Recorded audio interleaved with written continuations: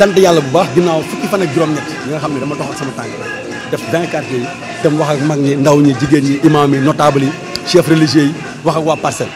man nag maay maire dëkk bi mooy sama ñaareelu mandat donc su ma nekkee candidat man ñoom ñëpp nee nañ ma yow la ñuy votel ak Khalifa Sall parce que gëm nañ ñi di ngeen yóbbu assemblée ay député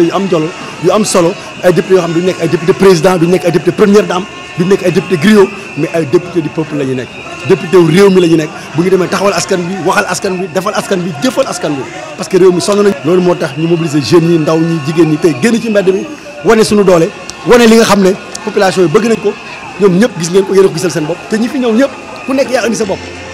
cotiser sax pour jënd ndox pour ñuy naan loolu dama koy vraiment remercier les militants ak les populations qui sont venus répondre à la coalition Manko Taxawu Sénégal waa Parcelles le 30 incha allah dinañ ko wan ni dëkk bi ku fi nekk sa 10 sur 15 yaa ko jënd yaa ko moom te du dëkk boo xam ne dañuy nangu nit jóge fa la ñëw dañuy def takkal buumu jaam duñ ko nangu buumu jaam jeex na ci réew mi yàgg na donc incha allah le 30 sorewul waa Parcelles dinañ wane seen bopp xamoon na ni carte yi am na ay problème mais nangu ko wax nangu assumer loolu mu nekk fii di nëppal tey gis nga 30% des sénégalais risquent de ne pas voter c'est inadmissible wala ñu naan ñu ay permis de conduire ay passeport alors que la loi est très claire carte d'identité électorale mooy voter carte électeur ak carte d'identité